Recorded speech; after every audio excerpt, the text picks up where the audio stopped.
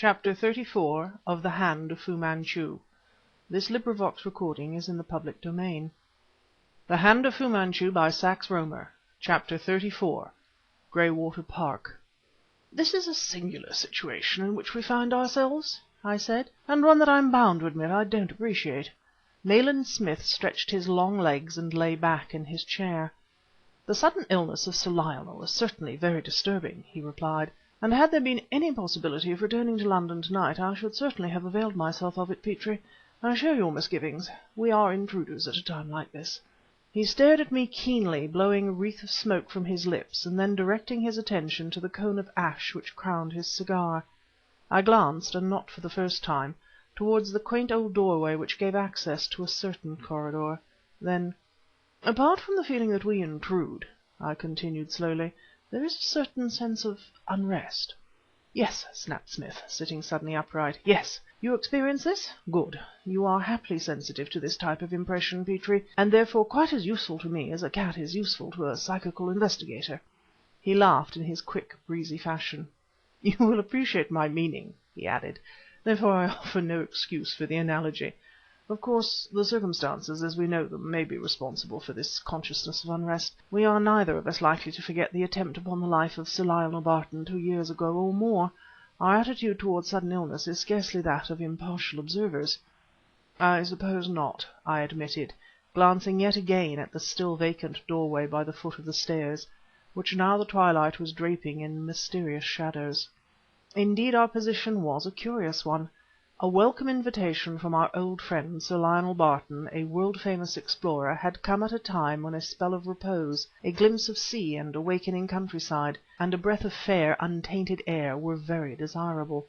The position of Karamaneh, who accompanied us, was sufficiently unconventional already, but the presence of Mrs. Oram, the dignified housekeeper, had rendered possible her visit to this bachelor establishment. In fact, it was largely in the interest of the girl's health that we had accepted. On our arrival at Graywater Park we had learnt that our host had been stricken down an hour earlier by sudden illness. The exact nature of his seizure I had thus far been unable to learn, but a local doctor who had left the park barely 10 minutes before our advent had strictly forbidden visitors to the sick room. Sir Lionel's man, Kennedy, who had served him in many strange spots in the world, was in attendance. So much we had gathered from Homopoulo, the Greek butler. Sir Lionel's household had ever been eccentric. Furthermore, we learned that there was no London train that night and no accommodation in the neighbouring village. "Sir Lionel urgently requests you to remain," the butler had assured us in his flawless, monotonous English. "He trusts that you will not be dull, and hopes to be able to see you to-morrow and to make plans for your entertainment." A ghostly grey shape glided across the darkened hall and was gone. I started involuntarily. Then, remote, fearsome, came muted howling to echo through the ancient apartments of Graywater Park. Nayland Smith laughed. "That was the civet cat, Petrie," he said. "I was startled for a moment, until the lamentations of the leopard family reminded me of the fact that Sir Lionel had transferred his menagerie to Graywater." Truly, this was a singular household. In turn, Graywater Park had been a fortress, a monastery, and a manor house. Now, in the extensive crypt below the former chapel, in an atmosphere artificially raised to a suitably stuffy temperature, were housed the strange pets brought by our eccentric host from distant lands. In one cage was an African lioness, a beautiful and powerful beast, docile as a cat. Housed under other arches were 2 surly hyenas, goats from the White Nile, and an antelope of Kordofan. In a stable opening upon the gardens were a pair of beautiful desert gazelles, and near to them 2 cranes and a marabou. The leopards, whose howling now disturbed the night, were in a large, cell-like cage immediately below the spot where of old the chapel altar had stood. And here were we, an odd party, in odd environment. I sought to make out the time by my watch, but the growing dusk rendered it impossible. Then, unheralded by any sound, Karamaneh entered by the door which during the past 20 minutes had been the focus of my gaze. The gathering darkness precluded the possibility of my observing with certainty, but I think a soft blush stole to her cheeks as those glorious dark eyes rested upon me. The beauty of Karamaneh was not of the type which is enhanced by artificial lighting. It was the beauty of the palm and the pomegranate blossom, the beauty which flowers beneath merciless suns, which expands like the lotus under the skies of the East. But there, in the dusk, as she came towards me, she looked exquisitely lovely and graceful, with the grace of the desert gazelles which I had seen earlier in the evening. I cannot describe her dress, I only know that she seemed very wonderful, so wonderful that a pang, almost of terror, smote my heart, because such sweetness should belong to me. And then, from the shadows masking the other side of the old hall, emerged the black figure of Homopoulo, and our odd trio obediently paced into the sombre dining room. A large lamp burned in the centre of the table, a shaded candle was placed before each diner, and the subdued light made play about the snowy napery and fine old silver without dispersing the gloom about us. Indeed, if anything, it seemed to render it more remarkable, and the table became a lighted oasis in the desert of the huge apartment. One could barely discern the suits of armour and trophies which ornamented the panelled walls, and I never failed to start nervously when the butler appeared, sombre and silent, at my elbow. Sir Lionel Barton's penchant for strange visitors, of which we had had experience in the past, was exemplified in the person of Homopoulo.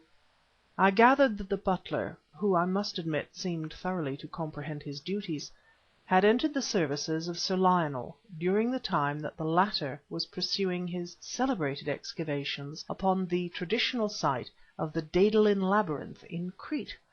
It was during this expedition that the death of a distant relative had made him master of Graywater Park, and the event seemingly had inspired the eccentric baronet to engage a suitable factotum.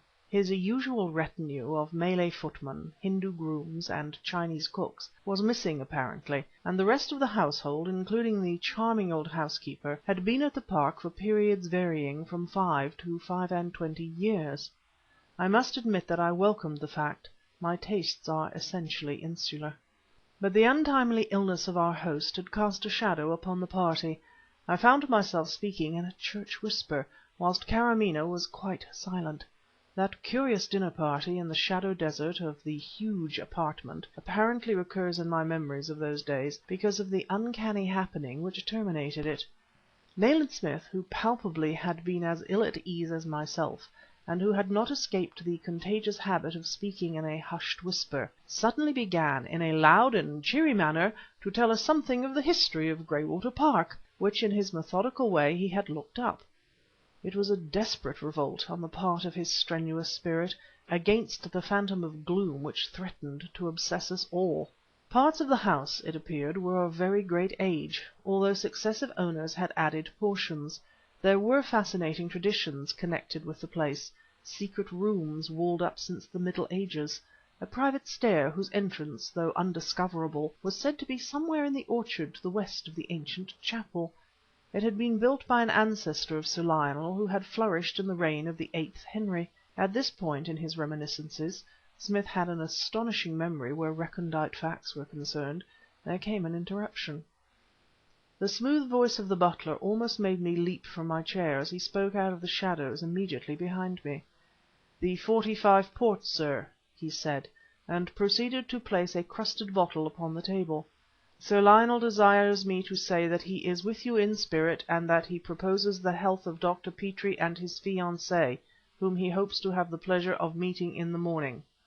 Truly it was a singular situation, and I am unlikely ever to forget the scene as the three of us solemnly rose to our feet and drank our host's toast, thus proposed by proxy, under the eye of Homopoulo, who stood a shadowy figure in the background. The ceremony solemnly performed, and the gloomy butler having departed with a suitable message to Sir Lionel. "I was about to tell you," resumed Nayland Smith, with a gaiety palpably forced, "of the traditional ghost of Graywater Park. He is a black-clad priest, said to be the Spanish chaplain of the owner of the park in the early days of the Reformation. Owing to some little misunderstanding with his Majesty's commissioners, this unfortunate churchman met with an untimely death, and his shade is said to haunt the secret room, the site of which is unknown, and to clamour upon the door and upon the walls of the private stair." I thought the subject rather ill chosen, but recognized that my friend was talking more or less at random and in desperation. Indeed, failing his reminiscences of Graywater Park, I think the demon of silence must have conquered us completely. "Presumably," I said, unconsciously speaking as though I feared the sound of my own voice, "this Spanish priest was confined at some time in the famous hidden chamber?" He was supposed to know the secret of a hoard of church property, and tradition has it that he was put to the question in some gloomy dungeon." He ceased abruptly. In fact, the effect was that which must have resulted had the speaker been suddenly stricken down. But the deadly silence which ensued was instantly interrupted. My heart seemed to be clutched as though by fingers of ice. A stark and supernatural horror held me riveted in my chair.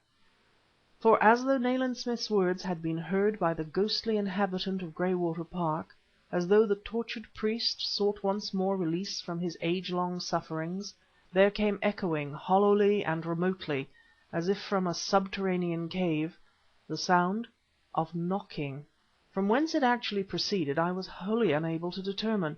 At one time it seemed to surround us, as though not one but 100 prisoners were beating upon the panelled walls of the huge, ancient apartment. Faintly, so faintly that I could not be sure if I heard aright, there came, too, a stifled cry.